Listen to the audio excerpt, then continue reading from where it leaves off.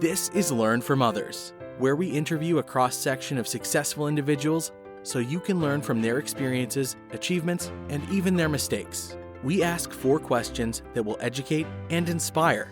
Greg Stanley will be your guide as we join our guest on a journey from adolescent daydreaming to success in today's world.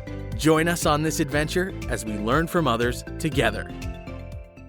Welcome to Learn from Others, where we help others succeed by sharing success. I'm very excited to introduce a special guest today, Wes Smith. Wes, how you doing today? I'm doing fantastic. Thank you. Yeah, well, thank you for joining us today, and thank you in advance for taking us on your career journey.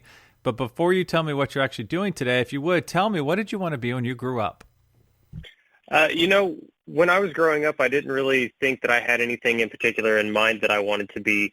I just knew that I wanted to do something fun, and the big thing that really stood out for me is I wanted to help people in whatever format that took. Honestly, there were times that I wanted to be a police officer. There were times I wanted to be a doctor or a dentist or a pharmacist or any other social community type worker like that you could think of. I'm sure I went through the gamut of all of them, but like I said, the main focus of what I really wanted to do was I wanted to help people. Wow, that's really awesome. So what led you to do that? Were your parents a model for you? Did you do stuff as a little kid? Was there an organization you were involved with through school? Like, where did that desire to help others come from? Well, I'm sure it came from multiple areas in my life. I'm sure you probably just touched on quite a few of them as far as role models or organizations I was involved in. But honestly, the one thing that comes to mind for me is my dad. My dad, growing up, it was he, myself, my sister. He was a single parent, so we didn't, it's the whole story. We didn't have a lot, all of those kinds of things. But my dad always seemed to have enough food or enough this or enough that to share with my friends, my family, people around the community, things like that. And one thing that my dad said to me, and it's stuck with me for so long, is he said, Wes, if you have plenty, give plenty. Right. And that always really stuck with me is that, if you have enough, if you're doing well, make sure those around you are doing well also. Wow, that's a really great lesson, especially at a young age. That's really cool. Well, I'm just curious, what was your first job, like your first real job as a little teenager, I guess, or as a kid? My very first job was actually working at a drive-in. I don't know if I can say the name of the company. Sure, but, yep. Okay, so it was Sonic. I was in the kitchen at Sonic for, off and on for a year or so when I was 16. Oh, wow. Okay. Well, that's pretty cool. Yeah, they have great burgers and hot dogs and all sorts and funny commercials. So yeah, absolutely. Cool. Now, if you would, tell us, what do you do today? Currently today, the role that they call it is a learning architect, but just to kind of boil it down and make it more intelligible for anybody who's not in my role, it would be an IT education consultant. So I help companies figure out what training their employees need to get them to where they need to be using the technology they interact with efficiently. Okay. So now this is with Dell Technologies, correct? It is, yes. Okay. So if you would, kind of walk us through, how did you go from that job at Sonic to what you do today, like your career path? Sure. It goes all over the place, I have to say, so bear with me. But sure, starting out, like I said, working at Sonic, I did the grill, did the fries, did multiple things there. And honestly, for me, working a job like that, working in the service industry, one, those who do it every day, bless them, because they have some of the most difficult jobs in my eyes. Not only dealing with any gamut of what their customers may be like, but also the ins and outs of if you're doing food preparation or wait staff or, whatever the case is. But anyway, for me, that just wasn't a job that I wanted long term. And I started trying to figure out, what do I want to do? Where do I want to go? What do I want to be? Right. And at that point, 16, 17 years old, it was looking into things like, do I want to go to college? What do I want to do with myself? What's next after high school? And just to be completely transparent, I ended up actually dropping out of high school when I was 17 years old. And the story that I really like to tell people about that is I got called into the principal's office, short conversation with the principal about how much school I had been missing. He says to me, if you leave and don't come back, never going to say a word about it. Wow. And what is it? Any 17-year-old kid going to do, right? I'm like, okay, well, guess what? I'm staying home. Right. About a week, I'd say 2 weeks into that, just staying home every day, kind of sneaking it around my dad, not really saying anything about it. He came home early one day from work, and he says, hey, Wes, I noticed you've been home a lot lately. Are you still going to school? And I kind of told him the story, and he said, okay, do you want to go back up there and straighten this out so you can go back to school? And I said, no, I don't really, Dad. He said, okay, Wow. well, here's the deal. If you're going to live in my house, you have two choices. Either you have a job or you're in school. You pick. And my next fateful words were, I am pretty sure the Navy's hiring. Oh, my goodness. So the next day, I drove myself to the Navy recruiting office and joined with a 6-month delayed entry because I was 17. I had to do a delayed entry, and then went into the Navy. I was in the Navy for 2 years. My job was basically hydraulic repair. Okay. Yep. And honestly, again, it turned into one of those things that, and honestly, if I had stayed in the Navy, I could have turned it into something I'm sure that I would have enjoyed. But at the time, 17, 18, 19 years old, it wasn't what I wanted to do, and it wasn't what I wanted to set my mind to. So I ended up getting out of the Navy and coming back to Oklahoma. And the reason I came here was just that's where my family was. And again, I found myself with kind of wanting for something to do, wanting somewhere to belong, those types of things. And I was about 20 years old and decided, I've got to do something. I tried the military out. That wasn't necessarily for me. What's next? College, right? So I enrolled at Oklahoma State University. Go Pokes. And I started out in a pre-med program, which, like I said, when I was a kid, I wanted to be a doctor. And turns out pre-med was just not for me. And I switched through a couple of different programs and then got into hotel and restaurant administration. And the reason that I did that was I wanted to be a chef. They had still have a really good culinary program there at Oklahoma State University. So that's what I wanted to do. I wanted to be a part of that program. That's what I did. That's what I focused on. That's what I spent I would like to tell you that it was only 4 years, but that's what I spent my 5 years focusing on. And my wife and I both left the university and moved to Oklahoma City to look for jobs. While I was in Oklahoma City, my wife and I both landed a job at Mathis Brothers. She was working in the finance office. I was working in the warehouse. That was the summer of 2011. If you want to go look it up, that summer of 2011 was super hot in Oklahoma City. It got in excess of 115 degrees for, I think it was like 60 days straight, or maybe even more than that. So as you can imagine, the warehouse was really, really hot as well. And they had, the swamp coolers in there, which, made it muggy instead of actually cooling anything down. But anyway, I had a friend of mine that came over to have a guys' night and just hang out and talk on the back porch and have a couple of beers. And we're sitting there just talking about life in general and how things have gone since high school and all of that kind of thing. And he tells me that he works at Dell. Oh, man, I'm so proud of you. That's, I hear, a really good company to work for. You must be doing great for yourself. Congratulations. He says, Wes, your whole life you've been good at computers. Why don't you come apply at Dell? I think you would do really well here. And I said, you know what? Listen, Jesse, I really appreciate the offer, but I don't want to work on computers for a living. That's not what I want to do. And what he said to me next, I wish I was making this up because it sounds a little dramatic, but he said to me, Wes, we have air conditioning in the office. That's and a bonus. Said, oh, yeah, absolutely. I'll be there. Where do I sign up? That was literally the thing that made me decide to not work in this hot warehouse anymore. Was he said we have air conditioning. Well, it takes something for everybody, right? So that was yours.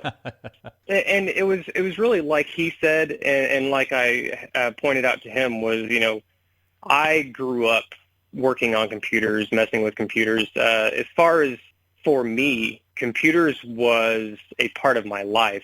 Computers were a lifestyle. It wasn't hobby or anything like that. It was just, that was part of who I was. So anyway, I applied, and if you get a referral from somebody internally, that's usually a pretty good indication that you're going to get an interview. Now, it's not like a 100% guarantee that you'll get an interview, but it's, right. It's yep. a pretty good indication anyway. So I got my interview. I feel like it went fairly well, and I found out really quickly in that interview also, I thought I knew computers. And then after I got hired and got into, like, let's say day 2 of my new hire class at Dell, I found out I was really wrong. I did not know computers anywhere near as well as I thought I did. Oh, no. Oh, no, but the amazing thing was, though, is the culture at Dell is a learning culture. So it was, I feel like I kind of fell right in and fit right in into, okay, I don't know this. That means I need to learn it. And they were very willing and eager to teach me everything I needed to know. Wow. Well, that's really a lot. And I love your career journey. You're actually the first successful high school dropout I've had. So that's really interesting. Yeah, I'm just going to say I don't recommend anyone do that. Finish school, absolutely. Well, that's the thing is you kind of learned it the hard way, your way. And it sounds like from experience, you would not recommend folks continue or go down the path that you did, because correct me if I'm wrong here, but you made it a lot harder on yourself, the path you took. Is that correct? Oh, without a doubt. Yeah. Education and school are both extremely valuable and beneficial things to have as part of your life.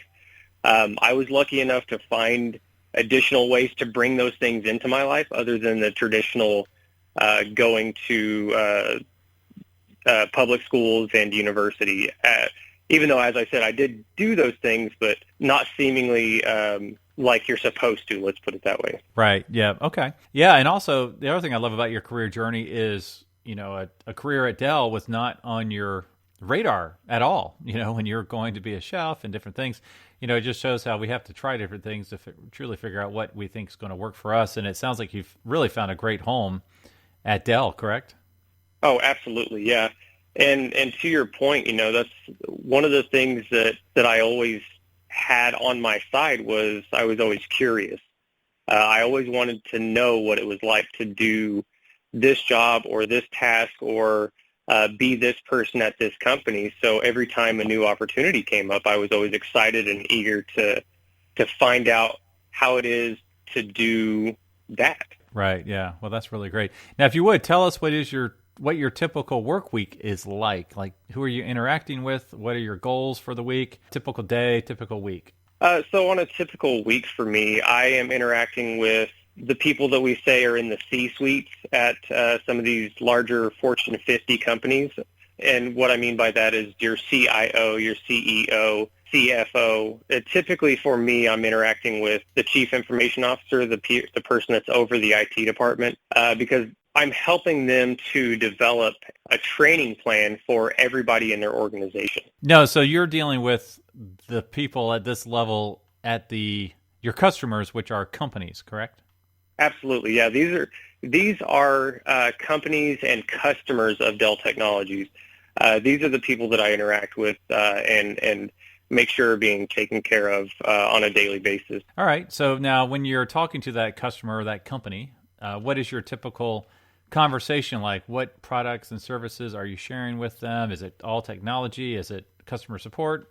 Like, kind of what are you dealing with on a day-to-day basis? So usually what I'm doing with these customers is getting a good foothold, a good viewpoint for what their environment looks like. And what I mean by that is what technology do they have, what technology they plan on having. And of course, because I'm employed by Dell Technologies, my focus is the technology that the Dell sells. So our servers, our storage equipment, and even some of the third-party things that we sell, such as operating systems and software and things like that. But even outside of that, let's say they had a need for Scrum, which is a development practice. I will still go in and work with them and help them develop a training path for that because that's something that's going to help them utilize the Dell Technologies equipment even better. So what I'm really dealing with is the entire portfolio of what Dell sells. So anything from the hardware that we sell to, like I said, the third-party software that we sell. What I do is I actually go in and kind of do an interview or a meeting with these stakeholders in the companies and find out, like I said, what all technologies do your people interact with every day? And then I go in and actually talk to the people that are interacting with this hardware and software every day and find out how comfortable they are dealing with the hardware and software. From there, we build out a survey and have them actually fill it out, and this gives us a way to measure their skill level. And what I do is I take their current skill level and compare it with what, let's say, the CIO said they want those people's skill level to be at. And I marry those two things and with a class and say, okay, this class, and this class will take you from where you currently are in your comfort level with dealing with this technology to where you need to be successful in your career with this technology. Oh, wow. Okay. Well, that's really, really cool. I love that. So you're helping them not only get the right tools for their business, but how to utilize and train up their workforce in order to use those tools, correct? Absolutely, yeah. And education is education, training, whatever word you want to use to say that. That is absolutely key in all of this and everything that I do. Awesome. Cool. As a reminder, you can check out all previous episodes at learnfromothers.org. And if you're an educator or a student, you can search for podcasts by career cluster. So, Wes, we learned what you wanted to do when you grew up, which was to help folks, and what you do today, which is helping folks at Dell Technologies. So looking back on your career, and you kind of answered this a little bit, what would you do differently? One of the major things that I would do differently is I would have definitely stayed in school and kept more of a focus on my education. So yeah, I would have had just a bigger focus on my curiosity at a younger age. Right. Okay. Yeah, that's really good. Now let's talk to the person who wants to do what you do. It could be your exact job if you want, or a career at Dell. What advice would you give them? Is there a typical career path?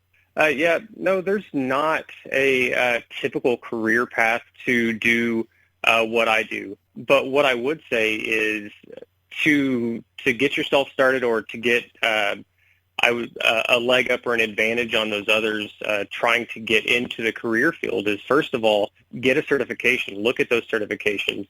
I'm highly passionate about education in whatever format that comes at you. Sometimes it can be training to get that certification, or it can be a formal classroom to get a degree. But either way, make sure that you're getting the education and that you have something to prove to that potential employer that you're getting an education.